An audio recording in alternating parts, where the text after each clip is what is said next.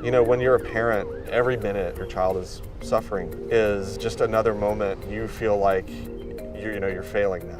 What the LifeFlow device allows us to do is now meet our goal, which is rapid fluid administration. But it wasn't until I had my first experience with a patient that I saw how well it really worked. It started on a Saturday morning. We had gone out to breakfast and Zoe had gotten sick and thrown up all of her food. We called our pediatrician. They said just keep her on fluids and keep an eye on it because there was a stomach bug going around. That night she was looking fine. She had good color. My wife had to go on a business trip and we thought everything was okay. But then Monday morning when we woke up, it was obvious that she was not doing well. We were FaceTiming with each other, and all of a sudden she's vomited blood all over her face and her clothes, and I'm extremely concerned for her life. My first patient, her name was Zoe, and I think about 2 years old.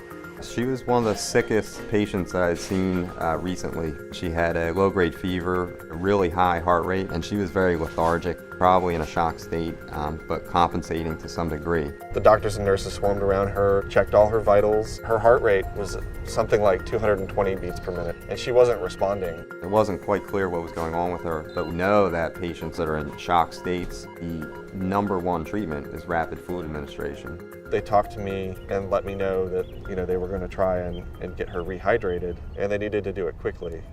At that point, the first goal was to get fluids in her as fast as we could, and that's when we decided to use the LifeFlow device.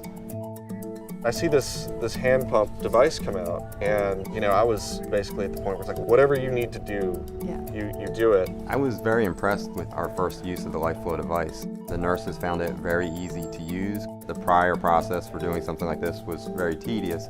This allowed us to give rapid fluid administration and meet our goal much faster than we would have been able to do with the push and pull method. I didn't know if this was a common thing being used these days or what, but what I did notice was how quickly she got better. We were able to get in fluids so rapidly that with each squeeze of the trigger, the heart rate would start dropping. I remember the text message that I got. Brian said they're finally able to get fluids in her, and that was huge.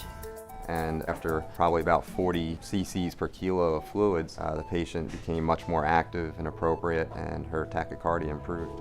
She started waking up, she started getting more color, and then just seeing these immediate results really brought me around and helped me kind of focus on like, okay, we're out of the woods.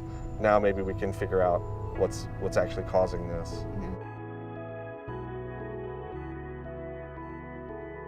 When I do think back, I do think of the team of doctors and nurses that really pulled together and made really good decisions using the tools that they have and the capabilities that they have to do everything they can for your child. In her case, if we were not able to get fluids in as quickly and to the degree that we did, she wouldn't have been stable to get the studies done that we needed to do, and she would have probably got much sicker. So the device was key in helping us get her back. We just want to thank everybody that was involved in helping our daughter. Hopefully everybody out there will take a second look and figure out how to use it, because I know it's going to save more lives.